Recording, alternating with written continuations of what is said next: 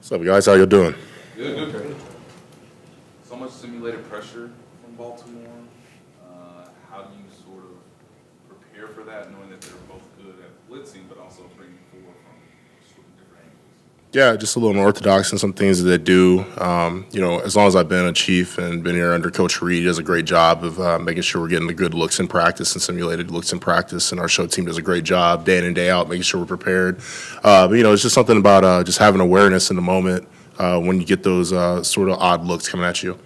You guys were so efficient on offense in a noisy road playoff environment for the first time in your career. Just what led to that success, and how much you guys can repeat that in another last stadium in Baltimore?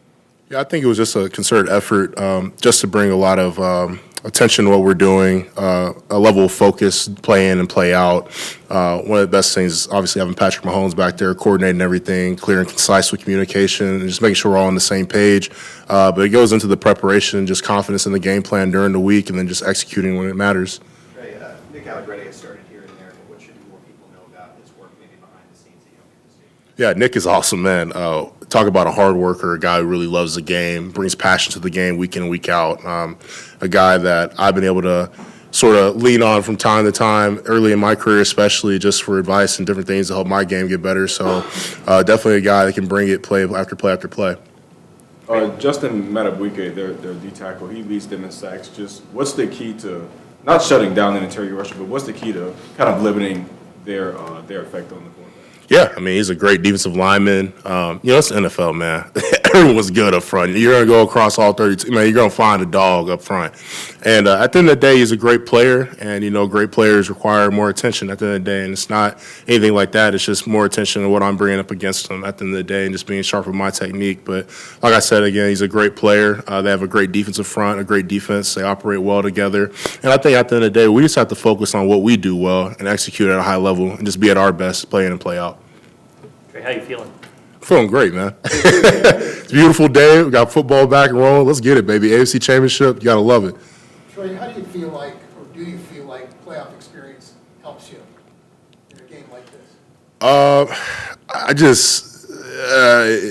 I think it just matters when you get on that field and they put that ball down and get those snaps going and whatever team performs best in the moment. I think that's what matters. A lot of times we can buy into the experience piece and all these different things that at the end of the day, football comes down to just football. Who's going to play the hardest, the longest, who's going to get the win at the end of the day with the most score. You stepped into a team that was having a lot of success when you got here. Thinking back to your first couple of playoff games, what was it like for you being a guy who hadn't been through it with a bunch of guys? Yeah, I've been blessed since I've been with the Chiefs. Talk about this organization, the amount of success that I've been able to have in my young career, and it's definitely it's something you don't take for granted. Just talking to different players from different places across the league that haven't experienced the same level of success and have had longer careers, and I guess the biggest thing is just being thankful for it. At the end of the day, you have to bring it day in, day out. And when you get into the playoffs, everything's so much faster. Everything happens. There's so much more importance to every snap. And I think that's probably the biggest thing my rookie year is just adjusting to that, understanding the severity that every play has. You have to be at the top of your game. Was there a level of expectation when you got here that this is what happens in Kansas City? You do that. Did you feel that? I think I definitely did my rookie year. I mean, it's sort of a standard. We have goals at the beginning of the season. And, obviously every team in the NFL has a goal going to the playoff and winning it all. So having that already set, I think it's just sort of our standard at the end of the day. Trey, you just mentioned how clear and concise Pat's been in the protection calls. But from your perspective, where has he sort of elevated his game the most once the postseason started? Yeah, it's hard for me to find any flaws in his game. I just think just the level of urgency, him being a competitor out there is very evident every time we step out on the field. And in the playoff, I mean, it's a next level. At the end of the day, all of us, we have to take our play to the next level in the playoffs, understanding the severity of the game. It's a do-or-die situation. We understand that every play has a penalty and a consequence for it at the end of the day if we're not executing at a high level. I think Pat does a great job being consistent in that facet of this game. Trey, you guys talk about, or you talk about working as a unit, with the offense. Mm-hmm. If Joe's not able to go, which he's probably not, what are you guys missing from him?